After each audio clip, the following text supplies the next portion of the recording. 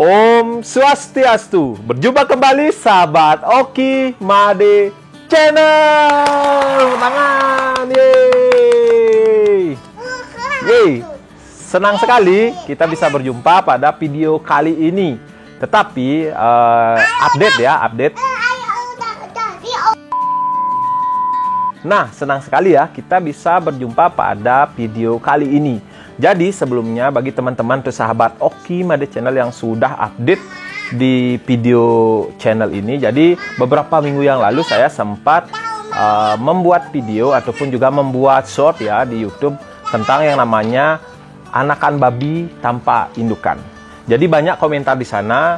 Salah satu komentarnya, beli susu apa yang diberikan, beli apakah ini bisa hidup apa tidak, seperti itu.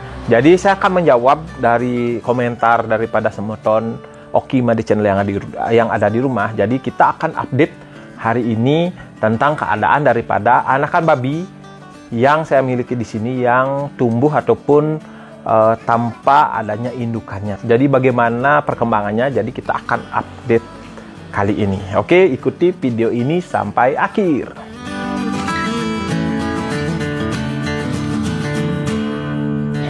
Baik semeton, jadi kita akan langsung aja ke kandang ya hari ini. Tetapi sebelum saya akan ke kandang, saya akan jelaskan kenapa bisa indukan saya atau babi saya di kandang bisa ada yang mati.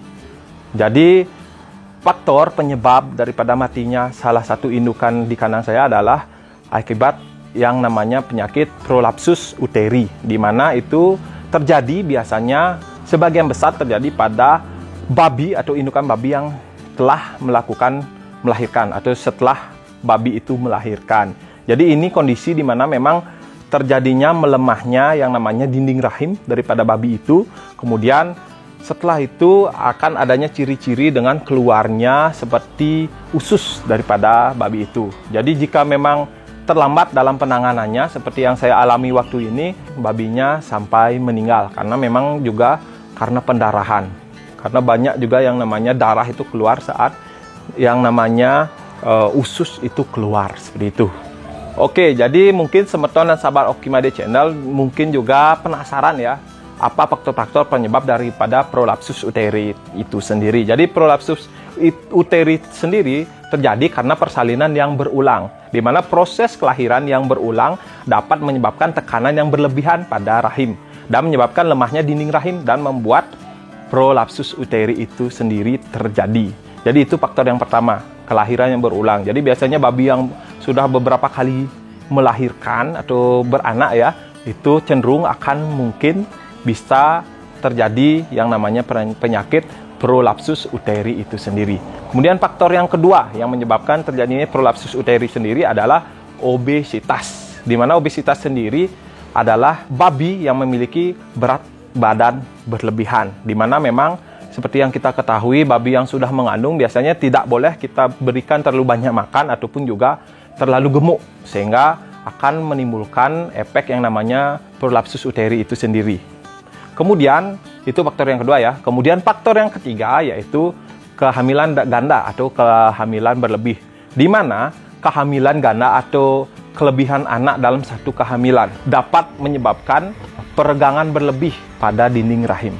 Kemudian faktor yang keempat yang menyebabkan daripada prolapsus uteri itu sendiri adalah kondisi hormonal, di mana memang ketidakseimbangan hormon tertentu di dalam tubuh babi sehingga bisa terjadinya atau mempengaruhi kekuatan daripada dinding rahim daripada babi itu sendiri. Jadi itu dia 4 faktor yang menyebabkan secara garis besar prolapsus uteri itu sendiri.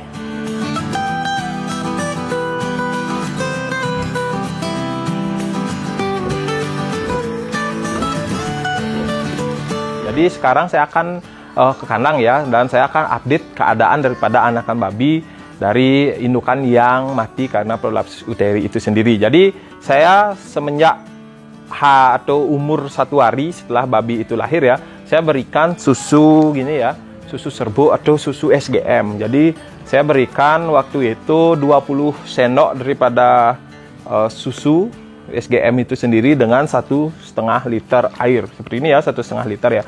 Jadi saya campurkan, kemudian saya berikan ke dot seperti itu. Jadi kita akan langsung ke kandang sekarang karena sudah babinya lumayan agak besar. Jadi sekarang tidak lagi saya berikan dot, tetapi langsung saya taruh di tempatnya. Jadi ayo ikuti video ini sampai akhir, kita akan lihat perkembangan daripada babi atau anakan babi yang tumbuh tanpa indukan. Ayo ikuti saya.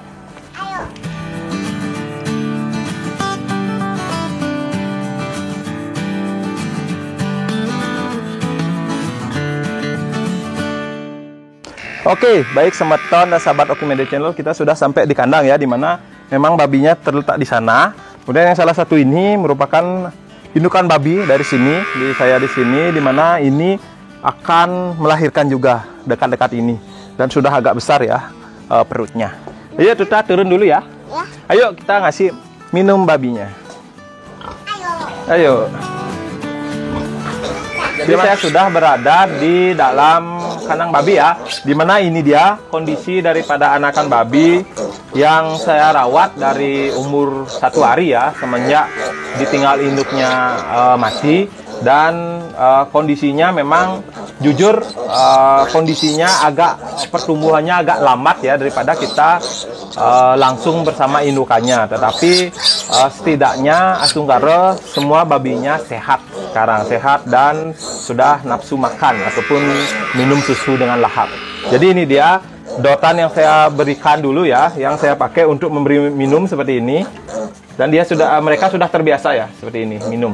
Tetapi saya ajarkan dengan langsung meminum sekarang di sini, dan beberapa waktu lalu dari kemarin ya, kalau nggak salah dari kemarin atau 2 hari yang lalu, saya sudah berikan pakan starter atau 551 sedikit campuran dengan susu. Jadi hari ini kita akan memberikan susu aja sekarang. Oke.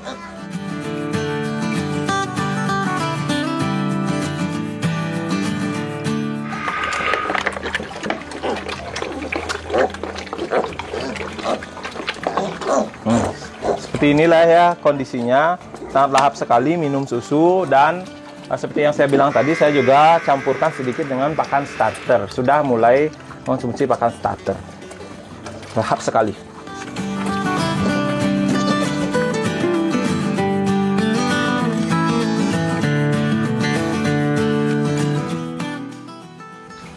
Baik semeton dan sahabat Okimedia Channel, dan tadi semeton dan sahabat sudah menyaksikan perkembangan dari anakan babi di kandang saya di sini ya, yang memang pertumbuhannya tanpa adanya indukan.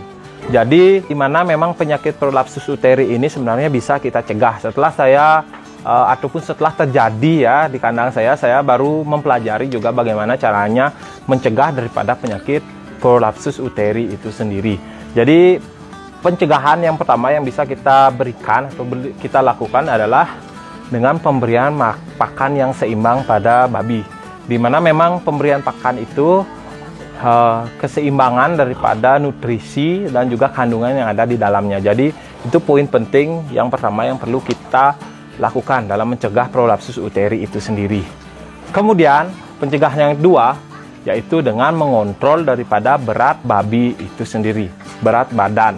Seperti yang saya bilang, faktor penyebab prolapsus uteri itu sendiri karena obesitas. Jadi kita harus sedari ini mengontrol daripada pemberian pakan, kemudian berat badan indukan babi kita itu. Pencegahan yang ketiga yaitu dengan perawatan hormonal daripada babi itu sendiri. Jadi kita seharusnya bisa juga berkonsultasi dengan dokter hewan terdekat sehingga kita bisa mendapatkan masukan dan juga mungkin beberapa tips agar hormon daripada babi atau indukan babi di kandang kita bisa sehat. Pencegahan yang keempat juga dengan pengolahan atau pengelolaan daripada stres atau tingkat kesetresan daripada indukan itu sendiri. Salah satu cara agar babi atau indukan kita terhindar daripada stres ialah dengan yang namanya membuat kandang yang nyaman untuk mereka. Jadi kita bisa mencegah daripada penyakit itu datang. Jadi dengan melakukan atau membuat kandang senyaman mungkin, sebersih mungkin, dengan memandikannya setiap harinya seperti itu. Oke, jadi yang kelima yaitu pengawasan dan manajemen kesehatan babi yang baik. Jadi kita harus mengawasi secara rutin kesehatan daripada babi kita itu sendiri. Karena memang kalau kita mengawasi kesehatannya, sehingga bisa mencegah daripada masalah reproduksi daripada babi itu sendiri. Jadi memang kita harus rutin, salah satunya dengan mengawasi, kemudian melakukan vaksinasi, kemudian juga melakukan sanitasi daripada kandang kita itu sendiri. Jadi itu dia 5 pencegahan yang bisa kita lakukan untuk mencegah yang namanya prolapsus uteri itu sendiri.